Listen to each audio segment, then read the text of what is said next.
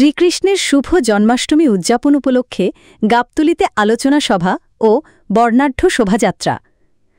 বগুড়া গাবতলী শাহজাহানপুর প্রতিনিধি রিপন মিয়ার প্রতিবেদনে। বগুড়ায় শ্রীকৃষ্ণের শুভ জন্মাষ্টমী উদযাপন উপলক্ষে ১৬ অগস্ট শনিবার গাবতলী উপজেলা পূজা উদযাপন আয়োজনে উপজেলার পাইলট উচ্চ বিদ্যালয়ে আলোচনা সভা ও বর্ণাঢ্য শোভাযাত্রা অনুষ্ঠিত হয়।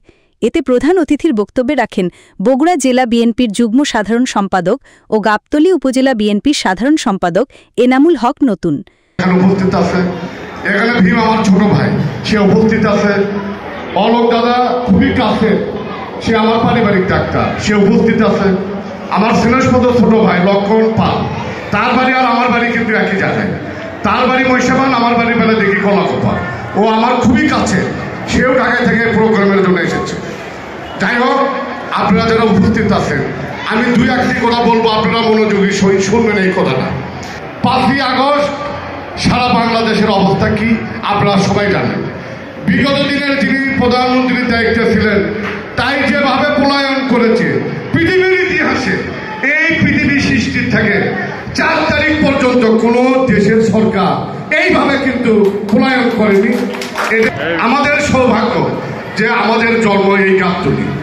হিন্দু, বৌদ্ধ, খ্রিস্টান যারা আছেন, এটা ধর্ম তারা আমরা যে এক জায়গা একদিন চেয়ারম্যান ধরেন, আজকে শ্রীকৃষ্ণের জন্মদিন, আজকের এই জন্মদিন আনন্দ উৎসব। আপনাদের যেরকম প্রোগ্রাম হয়, আমাদেরও কিন্তু একই কিন্তু জন্মদিনে হয়। আমাদের মা সাবেক 3 বারের প্রধানমন্ত্রী, আপনাদের প্রধান নির্বাচিত হয়েছিল বিগত দিনে, তার কিন্তু 80তম হওয়ার কথা। এই 5 তারিখের পরে যদি আপনারা বাংলাদেশের কোনো জায়গায় যেয়ে থাকেন, যদি পরিচয় পায় বাড়ি কোথায় আপনার গাবতলী, তার সম্মান কিন্তু আলাদা। এটা কিন্তু টাকা দিয়ে কেনা বেচা হয় না, হয় কি?